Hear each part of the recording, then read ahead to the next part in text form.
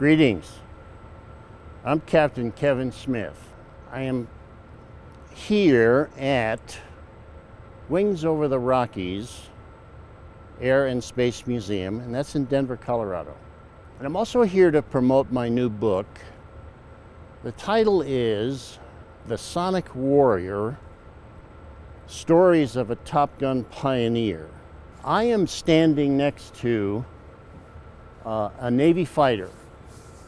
Now, this airplane is the F-14 Tomcat, and it was operational for quite a long time in the Navy as a carrier-based fighter. And this airplane features heavily in my book, The Sonic Warrior. We discuss the airplane, and we discuss the F-14 community, and we discuss naval aviation and carrier-based aviation. You can see by the size of the intake, the demand for air. They're air hawks, right? So they're very, very air hungry in order to propel this airplane to high sonic and supersonic speeds. This airplane was, in fact, a highly supersonic airplane. About Mach 2 was its top speed, which is really quite incredible. This is the main strut, landing gear strut. You notice how massive that is. And the reason for that is it had to be able to withstand the shock of carrier landing. So they built these massive landing gear struts for this airplane. Look how big that is. And that was necessary for carrier operations. You notice here that this airplane has a squadron identification to it. Now, you're probably going to think that I'm making this up, but I'm not.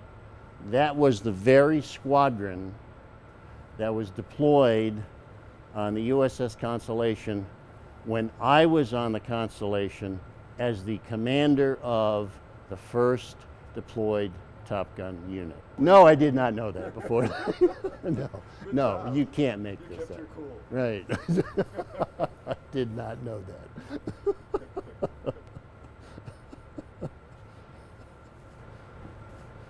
I'm a Top Gun pioneer, which basically means that I was on the ground floor of the Top Gun initiative. Now, keep in mind that the Top Gun initiative included the Navy Fighter Weapons School, and we got a lot of this historical information from the first Top Gun movie. But the initiative was more than that. I was involved in this initiative as well. And one of the outgrowths of this initial initiative was what I consider to be phase 2 of the Top Gun initiative. And that was a serious effort that emerged and that I was involved with. And the serious effort had to do with upgrading the air combat performance, particularly the close-in air combat performance of the F-14 fighter crews. This effort started in about 1976. This initiative that I was involved with was an effort to upgrade the air combat performance, like I said, of the F-14 flight crews.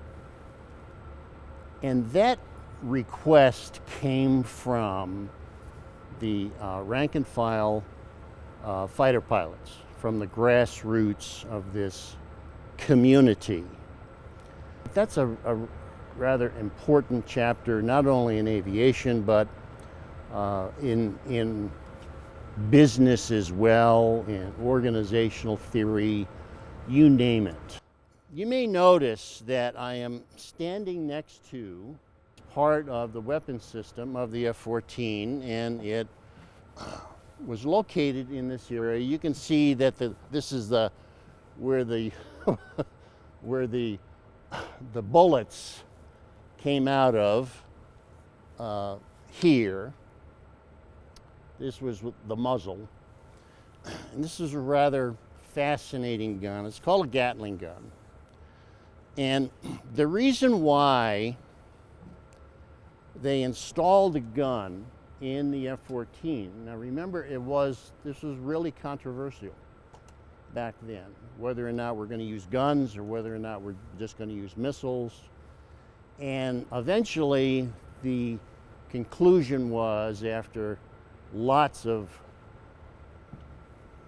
experience, the conclusion was that we're going to use both. We're going to use missiles and we're going to use guns for the weapon systems employed on modern day fighters.